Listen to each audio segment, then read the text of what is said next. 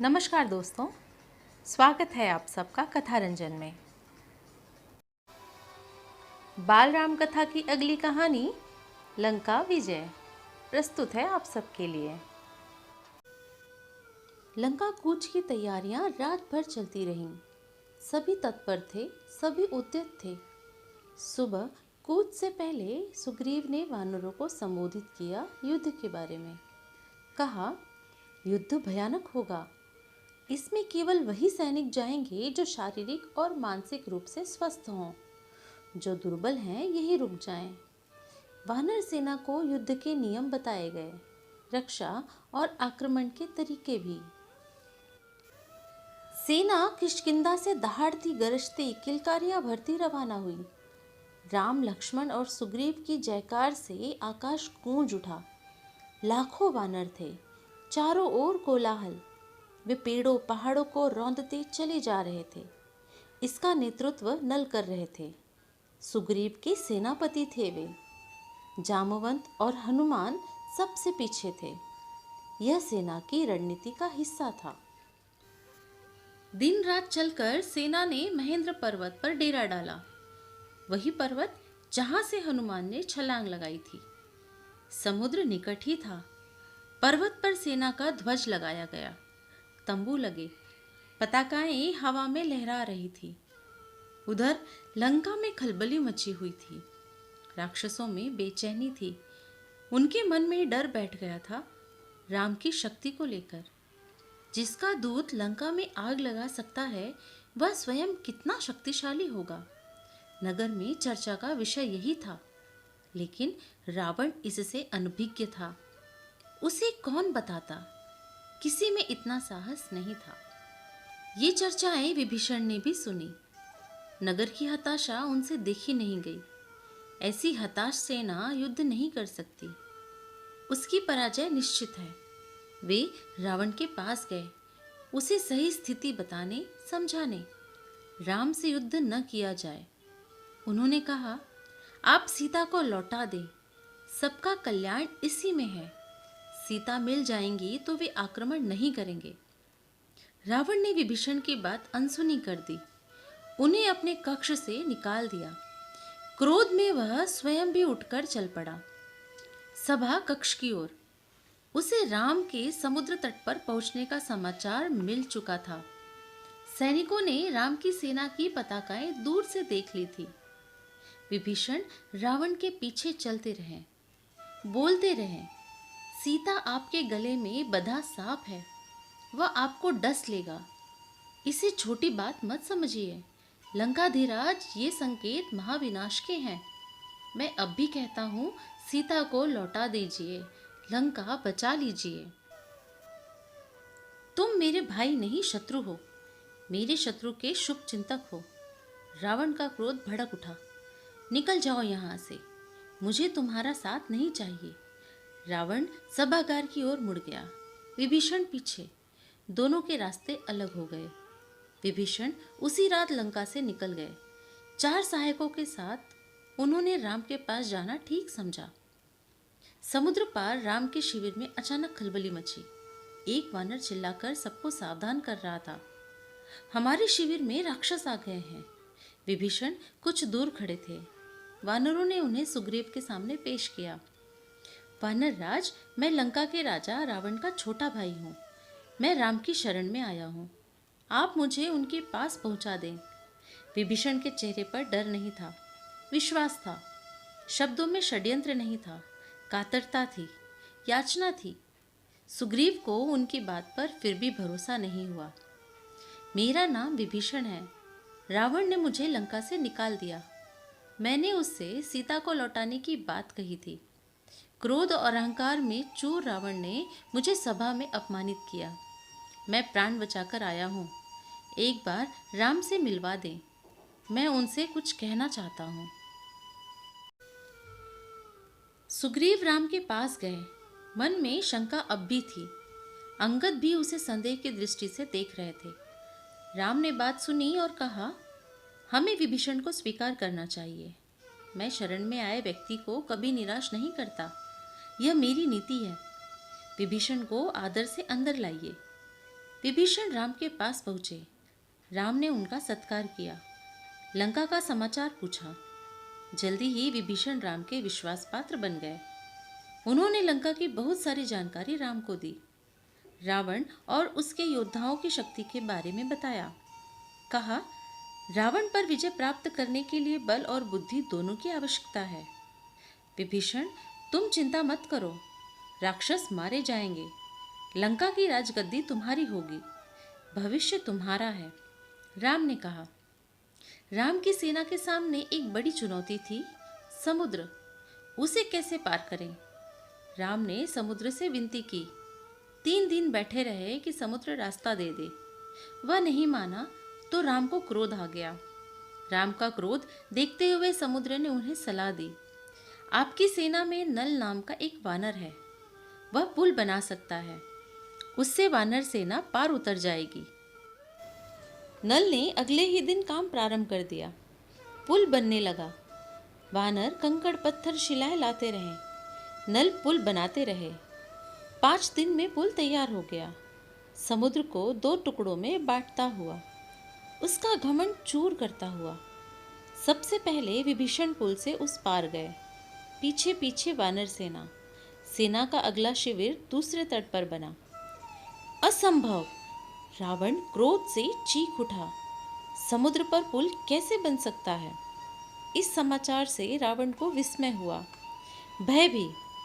लेकिन उसने जो मन में ठान लिया था उससे डिगा नहीं। उसने आदेश दिया, सेना तैयार की जाए, युद्ध का समय आ पहुंचा है। अब दोनों सेनाएं समुद्र के एक ही ओर थी। उनका आमना सामना होना शेष था। आक्रमण की तैयारी थी। रणनीति बन चुकी थी। पहले आक्रमण की योजनाओं को अंतिम रूप दिया जा रहा था। राम ने अपनी सेना को 4 भागों में विभक्त कर दिया। लंका के 4 द्वार थे। चौतरफा आक्रमण होना था। हर टुकड़ी को एक द्वार सौंपा गया। राम ने पर्वत शिखर पर चढ़कर स्वयं लंका का निरीक्षण किया। लंका के वैभव से वे चकित थे। उन्होंने लक्ष्मण को बताया। सूर्योदय होते ही राम ने आदेश दिया, लंका को चारों ओर से घेर लिया जाए। वानर सेना जयकार करती चल पड़ी। इस बीच राम ने अंगद को बुलाया। कहा, तुम लंका जाओ, मेरे दूत बनकर सुलह का अंतिम प्रयास करो ताकि युद्ध टल जाए। रावण से कहो कि सीता को लौटा दे, अन्यथा उसका अंत होगा। अंगद ने ऐसा ही किया, पर रावण नहीं माना। राम का संदेश सुनकर रावण क्रोधित हुआ। कुछ राक्षसों ने उस पर आक्रमण किया। अंगद वहां से निकल भागे। राम के पास पहुंचे। कहा, रावण को कोई पश्चाताप नहीं है। वह हमारे साथ सुलह के लिए तैयार नहीं है, युद्ध चाहता है। अब युद्ध ही एकमात्र विकल्प है। वानर युद्ध के लिए तैयार थे। राम के आदेश की प्रतीक्षा में थे। आदेश मिलते ही उन्होंने लंका पर चढ़ाई कर दी। उधर रावण के आदेश पर उसकी सेना निकल पड़ी। राक्षस उतावले थे, चित्कार कर रहे थे। रावण के जयघोष से लगा कि आसमान फट जाएगा।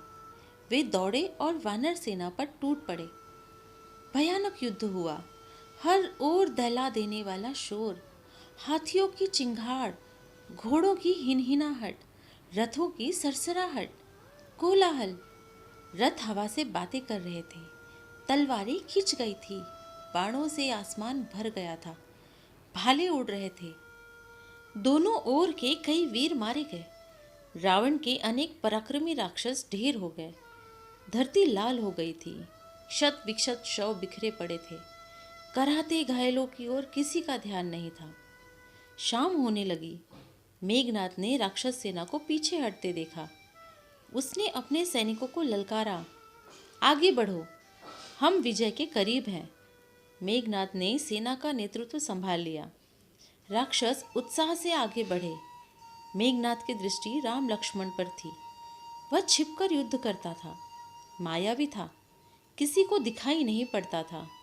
उसके बाण राम और लक्ष्मण को लगे। दोनों वहीं मूर्छित होकर गिर पड़े। मेघनाद ने समझा काम हो गया। उसने दोनों भाइयों को मृत समझ लिया। वह मैदान छोड़कर महल की ओर दौड़ा। रावण को इसकी सूचना देने। रण क्षेत्र में वानर राम लक्ष्मण के पास एकत्र हो गए।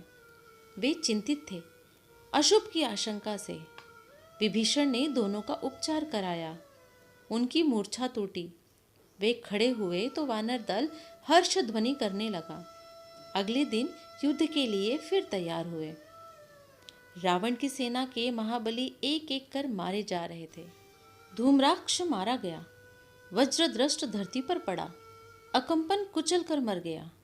प्रहस्त को नील ने ध्वस्त कर दिया। रावण को इसकी सूचनाएं मिलती रहीं। वह घबरा गया। वह हड़बड़ा कर उठा और स्वयं कमान संभाल ली। पहली मुठभेड़ में वह लक्ष्मण पर भारी पड़ा, लेकिन राम ने बाणों से उसका मुकुट धरती पर गिरा दिया। वह लज्जित होकर लौट गया। अब तक रावण को राम की शक्ति का कुछ अनुमान हो गया था। जब उसे कोई और रास्ता नहीं सूझा तो उसने कुंभकर्ण को जगाया। वह महाबली था, पर 6 महीने सोता था।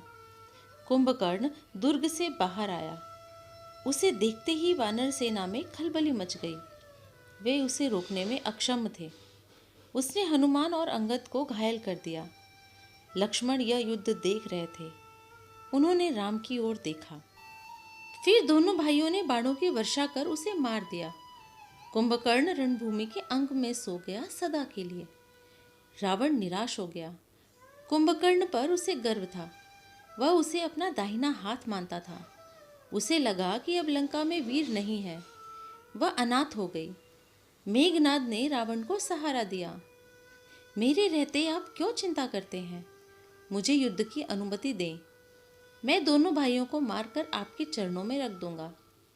मेघनाद और लक्ष्मण का भीषण युद्ध हुआ। मेघनाद पराक्रमी था। उसने एक बार इंद्र को परास्त कर दिया और इंद्रजीत कहलाया। उसके बाणों ने कई प्रमुख वानरों को घायल कर दिया था। मेघनाद को रोक पाना वानर सेना के बूते की बात नहीं थी। वह चक्रवात की तरह आगे बढ़ता, जो भी आसपास होता ध्वस्त हो जाता। वानर सेना मेघनाद की गति और शक्ति से चकित थी, चमत्कृत। उनके मन में निराशा बैठती जा रही थी। तब लक्ष्मण ने उसे चुनौती दी। दोनों का निशाना अचूक था। बाण हवा में टकराते और नष्ट हो जाते। अचानक लक्ष्मण का एक बाण उसे लगा। वह घायल हो गया, झुक गया। लक्ष्मण ने ताबड़तोड़ बाणों की बरसात कर दी। आगे बढ़ना कठिन था। मेघनाद पीछे मुड़ा, महल की ओर भागा। लक्ष्मण ने कुछ दूर तक उसका पीछा किया, फिर रुक गए। मेघनाद महल में घुस गया। लक्ष्मण को महल की संरचना नहीं पता थी, रास्ता नहीं मालूम था। विभीषण लक्ष्मण की दुविधा समझ गए। उन्होंने एक गुप्त मार्ग दिखाया। शेष काम आसान था। मेघनाद महल में ही मारा गया। अपने ज्येष्ठ पुत्र की मृत्यु से रावण एकदम टूट गया। विलाप करने लगा, मूर्छित हो गया। होश आया तो उसकी दशा पागलों जैसी थी। क्रोध से बिलबिलाता हुआ। लंका अनाथ हो गई। अब उसका कोई सहारा नहीं। अब मैं स्वयं रण क्षेत्र में जाऊंगा। लक्ष्मण के साथ वानर सेना भी महल में प्रवेश कर गई थी। उनके हाथों में जलती हुई मशालें थीं। वानरों ने लंका में जहां तहां आग लगा दी, अन्न भंडार फूंक डाले, शस्त्रागार जला दिया। मार काट मच गई। जो भी सामने पड़ा मारा गया। कंपन, प्रजंग, युपाक्ष, कुंभ मारे गए। हनुमान ने निकुंभ, देवांतक और त्रिशिरा को मौत की नींद सुला दी। अंगद ने नरांतक का काम तमाम कर दिया। लक्ष्मण ने अतिकाय का सिर काट डाला। राक्षस सेना भाग खड़ी हुई। रावण के पास अब कोई विकल्प नहीं था। युद्ध नाद हुआ। अकेला बचा रावण युद्ध के लिए निकला, फुफकारते हुए, फन कुचले सांप की तरह। वह जिधर मुड़ता भगदड़ मच जाती। वानरों को भागते देख लक्ष्मण आगे आए, धनुष बाण लिए। रावण के सामने अभेद दीवार की तरह खड़े हो गए। थोड़ी ही देर में विभीषण वहां पहुंच गए। उसके बाद राम। उनके सामने रावण की एक न चली। विभीषण को राम की सेना में देख रावण उबल पड़ा। उसके लिए यह देशद्रोह था, छोटे भाई का विश्वासघात। उसने विभीषण पर निशाना लगाया। लक्ष्मण ने वह बाण बीच में ही काट दिया। उसने दूसरा घातक बाण चलाया। इस बार लक्ष्मण बीच में आ गए। उन्होंने विभीषण को अपने पीछे छिपा लिया। बाण लगते ही लक्ष्मण अचेत हो गए, गिर पड़े। राम ने देखा, उनकी आंखें क्रोध से लाल हो गई, आग बरसने लगी। उन्होंने लक्ष्मण को सुग्रीव की निगरानी में छोड़ा और रावण को चुनौती दी। कहा, रावण, काल तुझे मेरे सामने ले आया है। आज अन्याय पर न्याय की विजय होगी। तेरा अंत निश्चित है। उधर हनुमान लक्ष्मण को उठाकर रण क्षेत्र से दूर ले गए। वैद्य सुषेण को बुलाया। हनुमान संजीवनी बूटी लाए। चिकित्सा शुरू हुई। धीरे धीरे रक्त का रिसाव बंद हो गया, घाव भर गया। संजीवनी का प्रभाव चमत्कारी था। सुग्रीव ने लक्ष्मण के स्वस्थ होने की सूचना राम तक पहुंचाई। वह सिंह की भांति रावण पर टूट पड़े। राम रावण युद्ध भयानक था। शस्त्रों की गति से कपा देने वाली ध्वनियां निकल रही थी। हवा थम गई थी, सूरज बादलों के पीछे छिप गया था। शस्त्रों की चमक बिजली की तरह कौंध रही थी। गड़गड़ाहट थी, थर्रा देने वाली। दोनों योद्धा अपनी पूरी शक्ति से लड़ रहे थे। कोई एक रत्ती भी पीछे खिसकने को तैयार नहीं था। कुछ ही देर में लगा कि युद्ध समाप्त होने को है। दोनों पक्ष के योद्धा हाथ बांधकर खड़े हो गए। छोटे छोटे युद्ध थम गए। सबकी नजरें राम और रावण पर थी। सबकी आंखें फटी रह गई, पलकें झुकना भूल गईं। उन्होंने ऐसा युद्ध पहले कभी नहीं देखा था। लेकिन महासंग्राम समाप्त नहीं हुआ। रावण का एक बाण राम को लगा। उनके रथ की ध्वजा कटकर गिर पड़ी। राम ने प्रहार किया।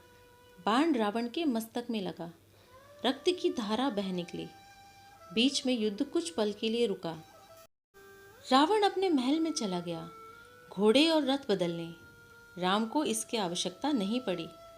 युद्ध फिर शुरू हुआ। अब उनके रथ एक दूसरे के सामने थे। योद्धा आंखों में आंखें डालकर देख सकते थे। घोड़ों के मुंह मिल गए थे। राम के बाणों ने रावण के रथ का मुंह मोड़ दिया। यह पराजय का संकेत था। रावण हिम्मत हारने लगा। जब तक वह रथ घुमाता, राम का एक बाण उसके पार निकल गया। रथ मुड़ा, लेकिन रावण के हाथ से धनुष छूट गया। वह पृथ्वी पर गिर पड़ा, मारा गया। बची हुई राक्षस सेना हड़बड़ा गई, जान बचाकर भागी। उनका दिशा ज्ञान शून्य हो गया। जिसे जिधर अवसर मिला भागा। कुछ राक्षस वानर सेना की ओर दौड़ पड़े, कुछ भागते हुए समुद्र में जा गिरे। लंका विजय अभियान पूरा हुआ। राम की जयकार होने लगी। कुछ समय पूर्व का रण क्षेत्र एकदम बदल गया। शस्त्रों की टंकार की जगह किलकारियों ने ले ली। वानर सेना उछल कूद करने लगी। समुद्र से ठंडी हवा आ रही थी। शस्त्रों से उत्पन्न गर्मी वह अपने साथ बहा ले गई। कोलाहल तुमुलनाद में परिवर्तित हो गया। प्रसन्नता सर्वव्याप्त थी। रण क्षेत्र में केवल एक व्यक्ति दुखी था, शोक से व्याकुल, विलाप करता हुआ, अपने भाई के मृत शरीर के पास खड़ा। राम ने विभीषण को समझाया, मित्र, शोक मत करो। रावण महान योद्धा था। उसकी अंत्येष्टि महानता के अनुरूप होनी चाहिए। मृत्यु सत्य है, उसे स्वीकार करो। राम ने एक एक वानर का आभार माना। सुग्रीव को गले लगा लिया। लक्ष्मण से विभीषण के राज्याभिषेक की तैयारी करने को कहा। चाहते थे कि रावण की अंत्येष्टि के बाद राज तिलक हो, उसमें विलंब न किया जाए। उन्होंने हनुमान को बुलाया, अशोक वाटिका जाने का निर्देश दिया। यह संदेश आपको ही सीता तक पहुंचाना है। उन्हें लंका विजय का समाचार दीजिए। उनका संदेश लेकर शीघ्र आइए। विभीषण के अंत्येष्टि से लौटने तक उनके राज्याभिषेक की तैयारी हो चुकी थी। लक्ष्मण राजमहल पहुंच गए थे। वानर स्वर्ण कलश में समुद्र का पानी ले आए थे। लक्ष्मण विभीषण के पास गए, उन्हें साथ लेकर राज सिंहासन तक आए। सोने का चमचमाता हुआ सिंहासन, रत्नों मणियों जड़ित। समुद्र जल से उन्होंने सभासदों के सामने विभीषण का अभिषेक किया। अब विभीषण लंका के राजा थे। इस बीच हनुमान अशोक वाटिका से लौट आए। राम के पास। उन्होंने कहा, माता सीता लंका विजय का समाचार सुनकर प्रसन्न हुई। वे आपसे मिलने के लिए अधीर हैं। तब तक विभीषण वहीं आ गए थे। राम उनकी ओर मुड़े, कहा, लंकापति, सीता अब भी आपकी अशोक वाटिका में है। उन्हें यहाँ लाने की व्यवस्था की जाए। वानर सेना चुहल कर रही थी, अटखेलियों में लगी थी। राम का निर्देश सुनकर उनकी उत्सुकता बढ़ गई। सुग्रीव, जामवंत और नल नील भी उत्सुक थे। अंगद को प्रतीक्षा थी। हनुमान को छोड़कर किसी ने सीता को नहीं देखा था। सीता आई तो सबको अपनी कल्पनाओं से अधिक लगी। सुंदर, सौम्य, शांत। उस सुंदरता में 1 वर्ष बाद पति से मिलन की प्रसन्नता शामिल थी। कष्ट इतिहास हो गया था। कहानी सुनने के लिए आप सबका बहुत बहुत धन्यवाद। कहानी को लाइक, चैनल को सब्सक्राइब करके हमारा हौसला ऐसे ही बढ़ाते रहें। मिलते हैं अगली कहानी में। जय श्री राम।